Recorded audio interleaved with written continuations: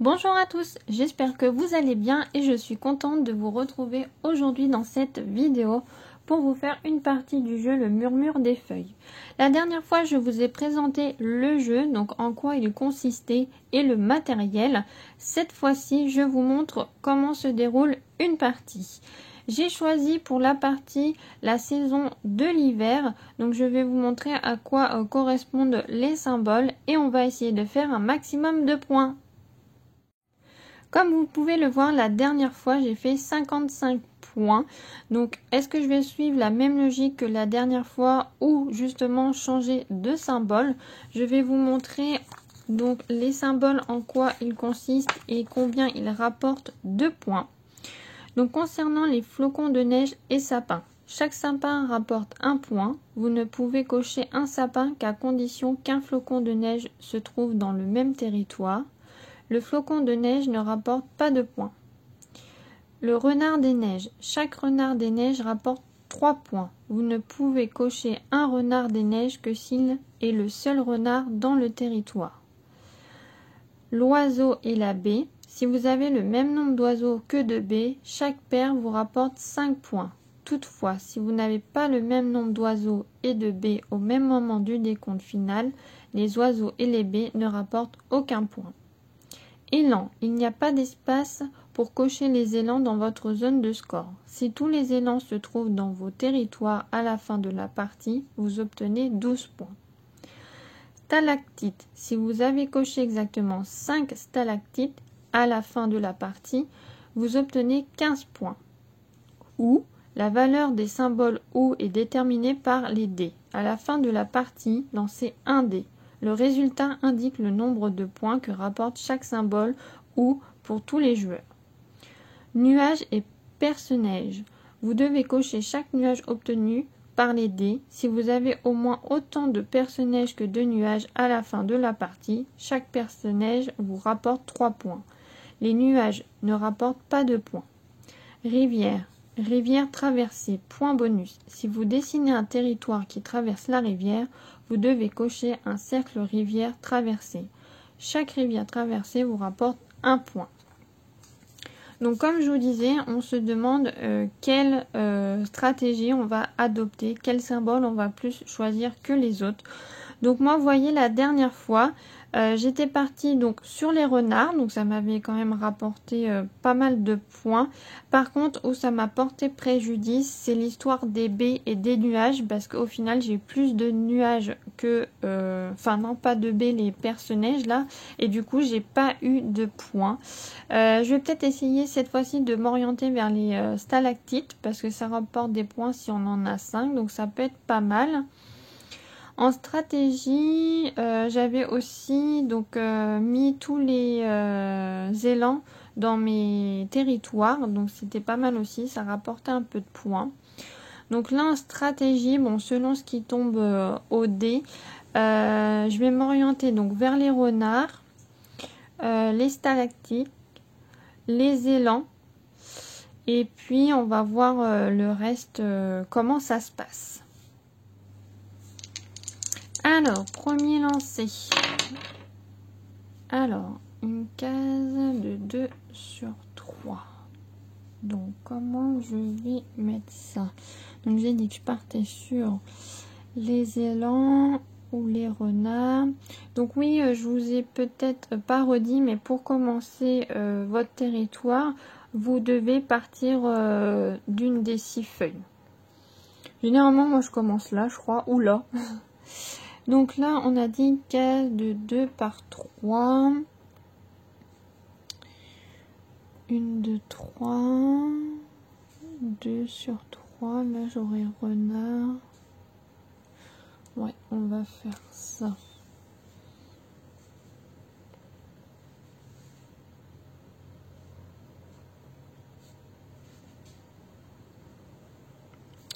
Hop là. Donc là, je raye mon renard parce que j'ai choisi ça et je vais le cocher ici. C'est le seul dans mon territoire.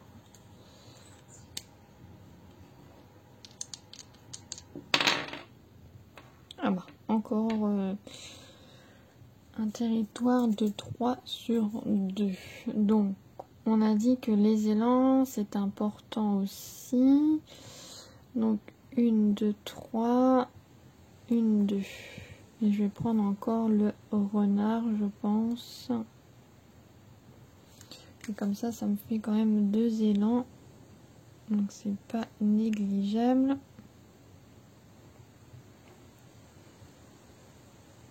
Et je barre le renard parce que je choisis celui-ci. Et je mets en bas.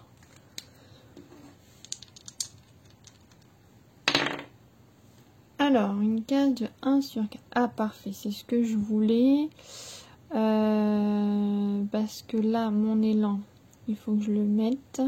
Et je vais cocher une stalactite. Il m'en faut 5. Donc ça, c'est pas mal.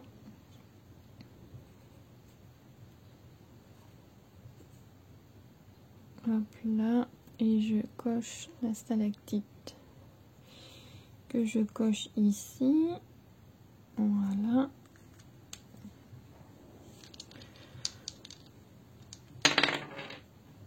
Alors, une case de 2 sur 1. Alors, 2 sur 1, il y a là avec le renard. Après là, ça serait 3. Là, il y aurait la stalactite. Ah bah, je vais prendre celle-là. Hop. Donc oui, je vous ai peut-être pas redit non plus, mais quand vous faites votre territoire, il faut que ça soit collé à ce que vous avez déjà dessiné avant. Vous pouvez pas mettre ça par ici ou par ici. Donc là, je raye la stalactite. Bon bah c'est bien, j'en ai déjà 2, c'est pas mal.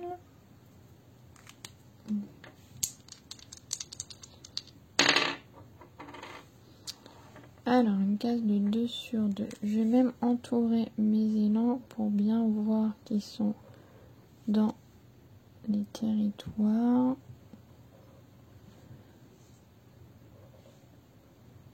Voilà. Alors, 2 sur 2.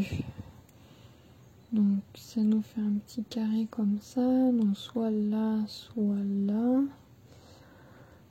ici. Ah là, ça peut être pas mal parce que ça prendrait mon élan. Mais qu'est-ce que je choisirais après? L'oiseau, c'est en fonction des baies. Si on a le même nombre d'oiseaux et le nombre de baies, on a 5 points par paire. Bah, je vais choisir ça. Et comme ça, j'essaierai d'avoir une baie plus tard. Donc, je coche mon oiseau. Et j'entoure mon élan. Comme ça, je sais que c'est bon. Alors, un oiseau ici.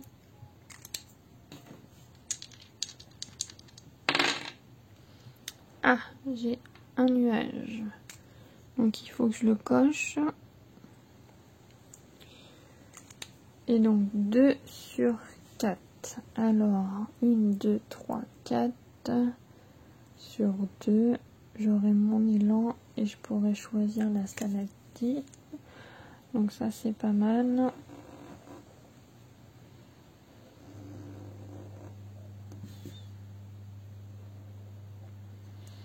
Donc je raye ça et j'entoure mon élan. Et je coche la stalactite là. Bon, bah il m'en restera plus que 2. Donc c'est bien. Ah, nuage, 2 sur 2. Donc nuage, je coche.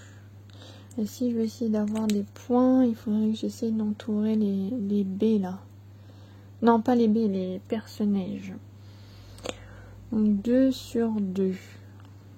Là, 2 sur 2, 2 sur 2. Là, je pourrais en avoir une déjà. On va essayer quand même de faire du point avec les perce-neige et les nuages.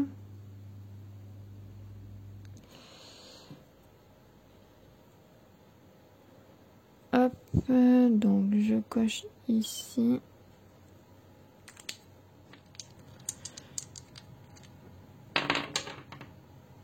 Oh, là c'est gros. 4 par 4. 4 par 4. 1, 2, 3, 4. Ça serait genre tout ça. Ah, bah je pourrais finir mes stalactites et j'aurai les élans. Après, sinon, là, 1, 2, 3, 4. Ouais, non, je vais faire ça. 4 sur 4. Alors là, ça fait un gros territoire. Hein. Donc, si on n'a que des lancers comme ça, les parties, elles peuvent aller très vite. Parce qu'après, on se retrouve vite coincé. Donc, je vous disais stalactite. Donc, 1, 2, 3. Mais de toute façon, il m'en restait plus que 2 à avoir. Donc, ça, c'est bon. J'ai les élans qui sont là. Ok. Donc ça c'est bon.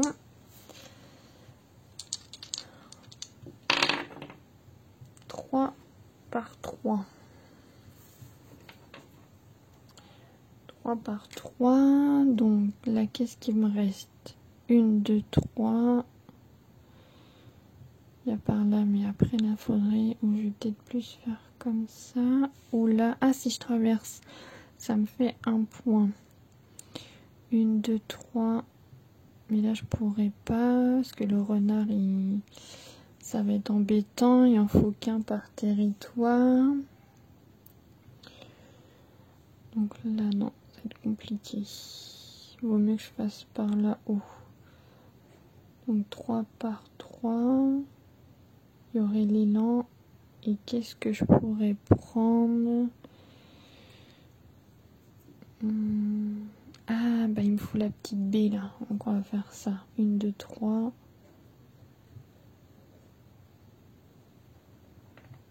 Hop.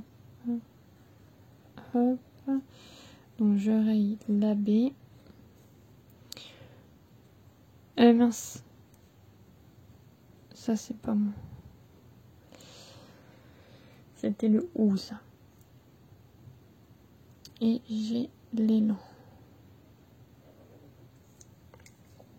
Ensuite, 4 par 3. C'est des grands territoires là. Mon joker pour l'été, si je veux changer mon dé, ça serait le beige. Donc là, je peux le changer. Ou est-ce que je le change pas pour l'instant? 3 par 4.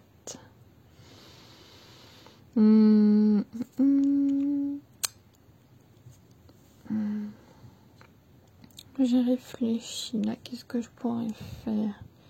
1, 2, 3 par 4.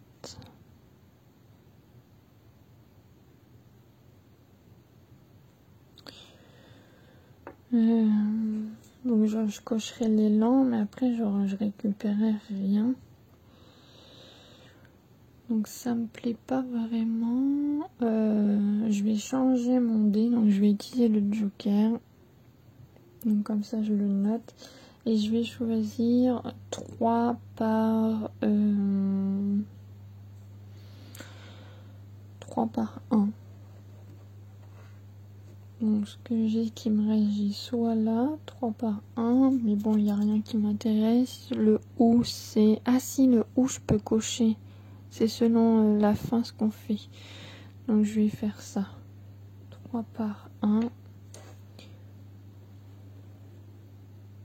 Et comme ça, je coche le ou. Donc comme ça, là, il pourra compter. Et c'est à la fin qu'on saura ce que ça ramène comme point. 3 par 3. 1, 2, 3. Donc là, j'aurai mon élan. Et qu'est-ce que je choisis en fleurs? Ah bah ça.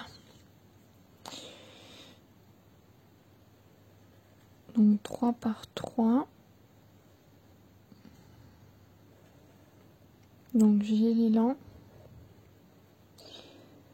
Et je vais faire ça parce que au cas où que j'ai un nuage qui ressort, et ben j'en serai au même niveau. Parce que là j'ai 3 personnages et là j'ai que 2 nuages. Mais s'il y a un nuage qui ressort, donc en élan il m'en reste plus qu'un à caser. Alors 4 par 1. 4 par 1. 1, 2, 3, 4. 1, 2, 3, 4. Et je traverserai la rivière. Ou là je peux faire... Là je peux me garder un carré en fait.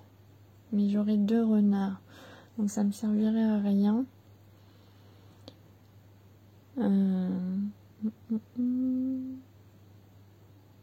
On va faire ouais comme ça. 4 par 1.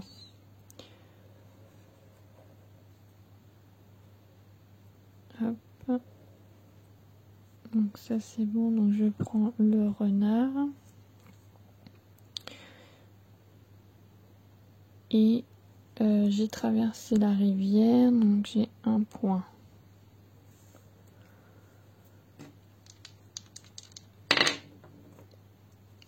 Par 1.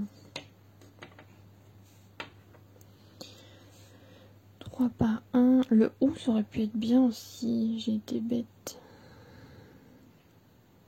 Parce que j'en avais 2, donc ça aurait pu être bien là. Il faut que je pense aussi à mon élan là. Donc 3 par 1. Et bah là. 1, 2, 3. Et je garde le renard.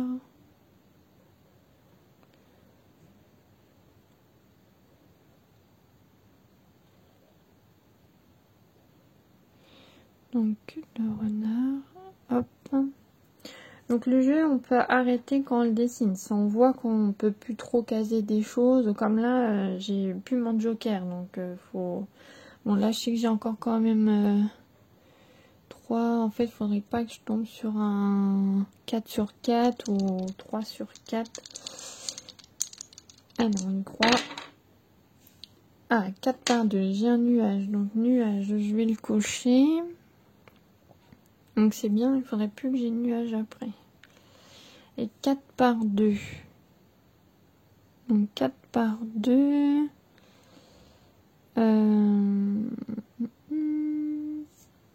Ah bah 4 par 2, ça va peut-être pas aller du coup. Ah si, là. 1, 2, 3, 4. Alors vaut mieux que je passe par là. 1, 2, 3, 4. Mais bon. Mon élan il sera compté, mais qu'est-ce que je pourrais compter? Ah bah si, un sapin et un flocon. Aussi je le fais là. 1, 2 et 1, 2, 3, 4. Peut-être que je joue la sécurité pour que j'ai tous mes élans. Donc on va faire comme ça. 2 par 4. Donc j'ai mon élan. Et du coup je choisis pas le renard, mais je vais choisir un sapin et un flocon. Et j'ai traversé la rivière. Donc là et là. Alors, est-ce que je continue ou pas? Donc là, je pourrais avoir 2 sur 3. Non, 2 sur 2. Là, il y a là que j'ai pas coché non plus. Là,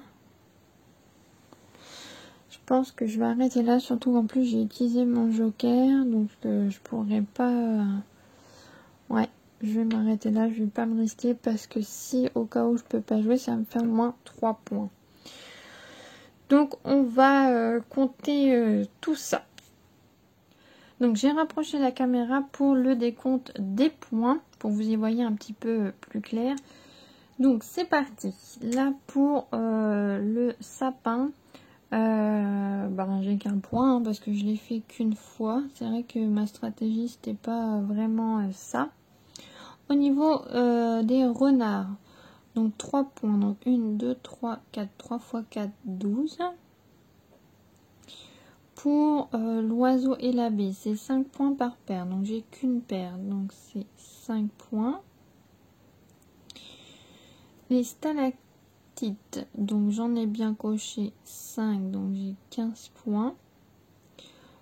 Le ou, donc le ou, faut jeter un dé et selon le résultat, vous mettez en fait, si vous avez par exemple 4 ou, et ben ça sera 4 x 4 si vous avez eu 4 points. Mince, vous voyez pas. Voilà. Donc j'ai fait 2. Donc là, ça sera 2 x 1 parce que j'ai que un seul ou. Donc 2 x 1, 2.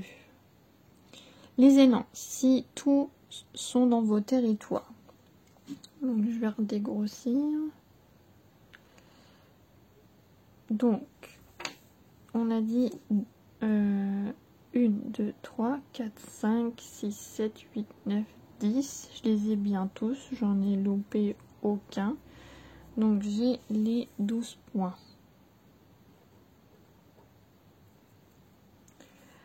Après, pour l'histoire des nuages et des personnages, c'est 3 points chacun si on a plus de personnages ou égal au nombre du nuage. En fait, là, il faut le mettre bien. Vous devez cocher chaque nuage obtenu par les dés. Si vous avez au moins autant de personnages que de nuages à la fin de la partie, chaque personnage vous rapporte 3 points. Les nuages ne rapportent pas 2 points. Moi, la dernière fois, c'est que j'avais plus de nuages que de personnages. Donc, ça comptait rien. Donc là, ça va être 3 x 3. Donc, 9. J'ai traversé la rivière 2 fois. Donc là, c'est un bonus. Vous allez avoir certaines feuilles saison où ça va être un malus. Donc, ça va vous décompter des points. Donc là, j'ai 2 points. Là, j'ai pas eu de moins 3 points parce que j'ai pu placer tous mes territoires et je me suis arrêtée à temps. Donc, c'est parti pour le total des points. Je pense pas que j'ai fait un meilleur score que la dernière fois. Mais bon, on va voir.